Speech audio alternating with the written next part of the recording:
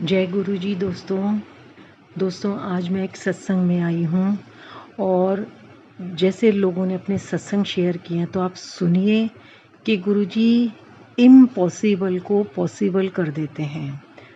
ये है मेरे गुरु की शक्ति।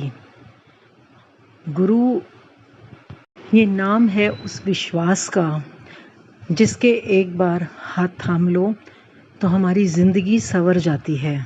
लिए एक और सत्संग कैसे गुरुजी ने एक लाइफ को ब्लेस किया, सुनते हैं इन अंकल से। को मैं अपने घर में बैठा हुआ था, मेरे फादर जो है वो भिवाड़ी गए हुए थे हमारी फैक्ट्री। तो मेरी आधे घंटे पहले बात हुई, 7 बजे मेरी लगभग मेरे फादर से बात हुई। तो उन्होंने कहा मैं दिल्ली के लिए निकल चुका हूँ, तो मैं रास्ते में हूँ, बस मैं 1 घंटे तक घर पहुंच जाऊंगा।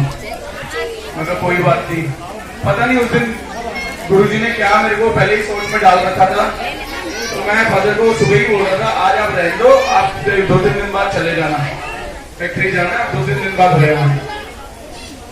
फादर कह रहे नहीं मेरा आज जाना बहुत जरूरी है। तो वो 8 अप्रैल को 7 बजे मेरी बात हुई है। 7:30 बजे मुझे कॉल आती है मेरे फादर के पार्टनर की कि ऑन द वे तेरे फादर को हार्ट अटैक हो गया गाड़ी चलाते हुए।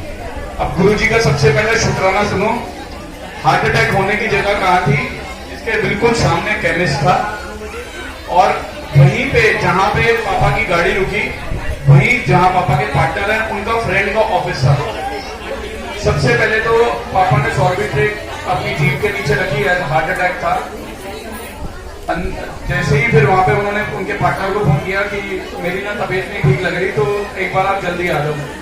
तो फादर के जो पार्टनर है उनके फ्रेंड फटाफट गिनती के 3 से 4 मिनट के अंदर गाड़ी लेके पापा के पास पहुंच गए और इनको हॉस्पिटलाइज करा गया। वहां पे एक ओम हॉस्पिटल था, तो गुरुजी ने हॉस्पिटल भी सबसे पहले ओम ही दिया।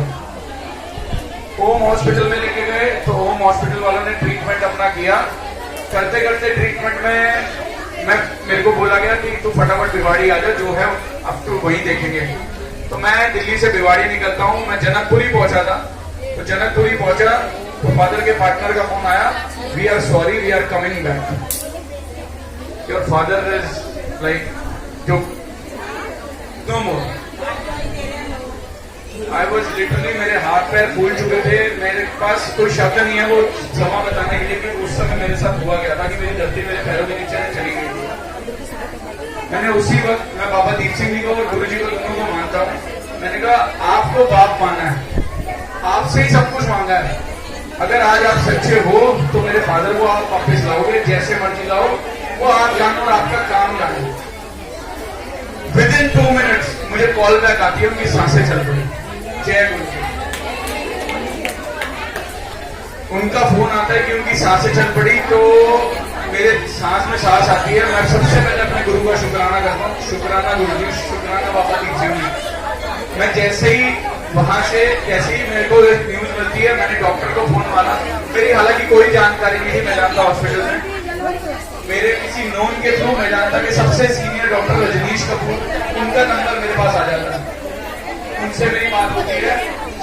मैं जानता हूं उनके पहुंचने से पहले सारी टीम बाहर खड़ी हो जाती है। सब गुरुजी की कृपा है, हमारे को कुछ नहीं पता हमारे साथ क्या हो रहा है क्या नहीं हो रहा। पापा को वहां लाया जाता है, पापा होश में नहीं, मेरे हाथ पैर फिर वही बात की सांसें तो चल रही हैं। डॉक्टर कह रहे जी देखेंगे देखेंगे देखेंगे। 1 दिन बीतता है, 2 दिन बीतते हैं, 3 दिन बीतते हैं। चौथे दिन मैं गाड़ी में जाता हूँ, अपनी मदर घर पे गई होती है, मैं अपनी गाड़ी में, मैं वहीं हॉस्पिटल में था, मदर घर पे गई हुई थी। तो मैं गाड़ी में बैठ के मैं बहुत रोने लगा। मतलब लिटरली मैं इतना रोया कि मुझे भी नहीं पता कि मैं आज तक जिंदगी में, वैसे गुरुजी ने बहुत स्ट्रॉन्ग बना रखा, बट उस दिन नहीं था मैं। इतने में मेरे को एक अंदर से आवाज आती है, पागल है कमलिया, रोई क्यों जाना है?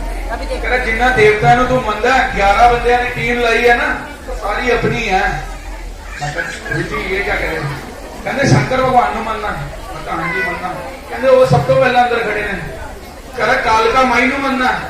कहते वो भी अंदर खड़ी है। कहते बाबा दीप सिंह ਨੂੰ ਮੰਨਣਾ है। कहते वो भी अंदर खड़े हैं।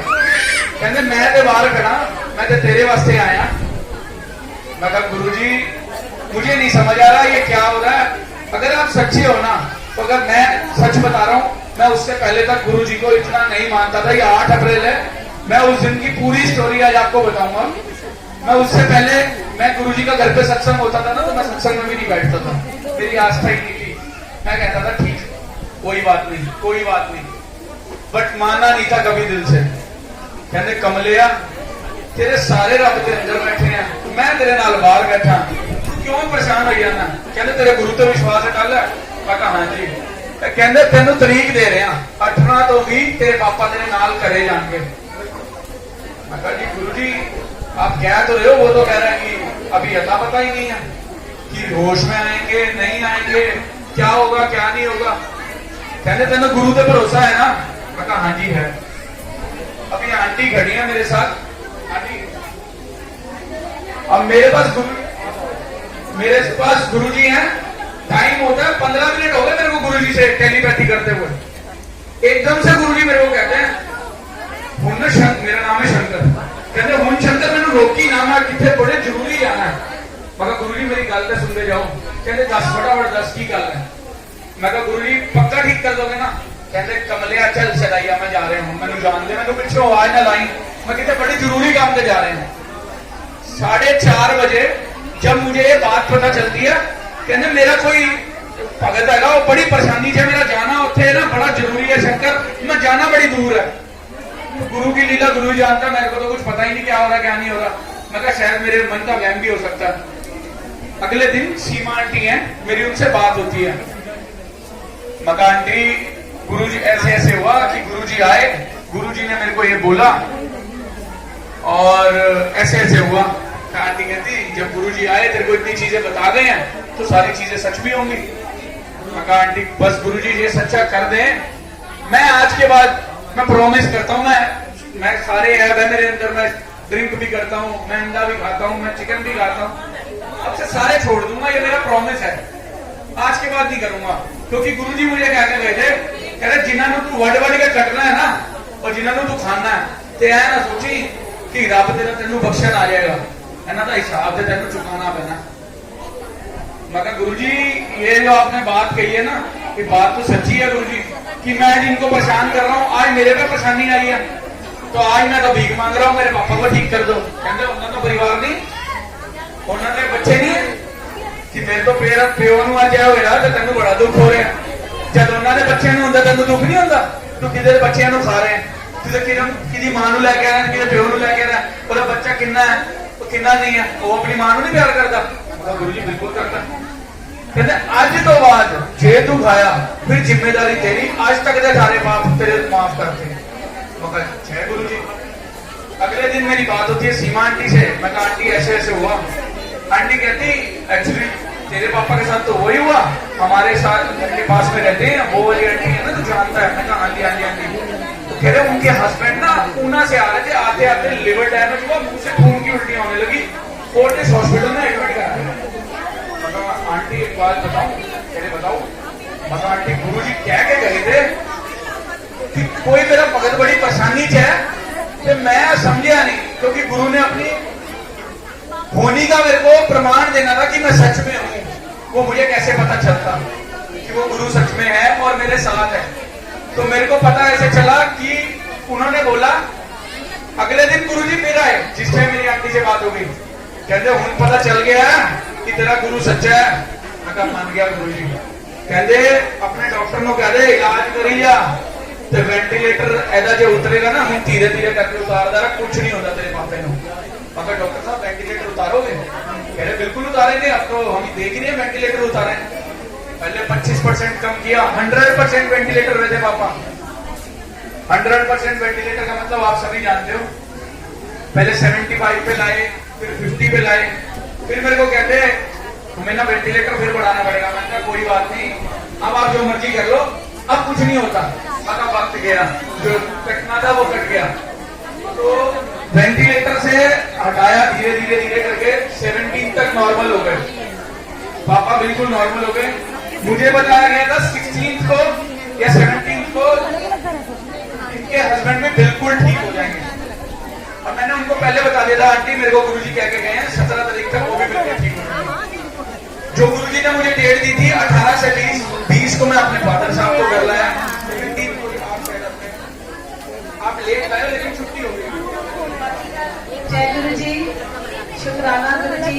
जैसा कि अंकल ने अभी बोला, तो मैं भी सत्संग शेयर करना चाहती हूँ कि आंटी ने बोला कि सत्संग से कल्याण होता है, आपका गुरु जी के लिए और विश्वास पक्का होता है।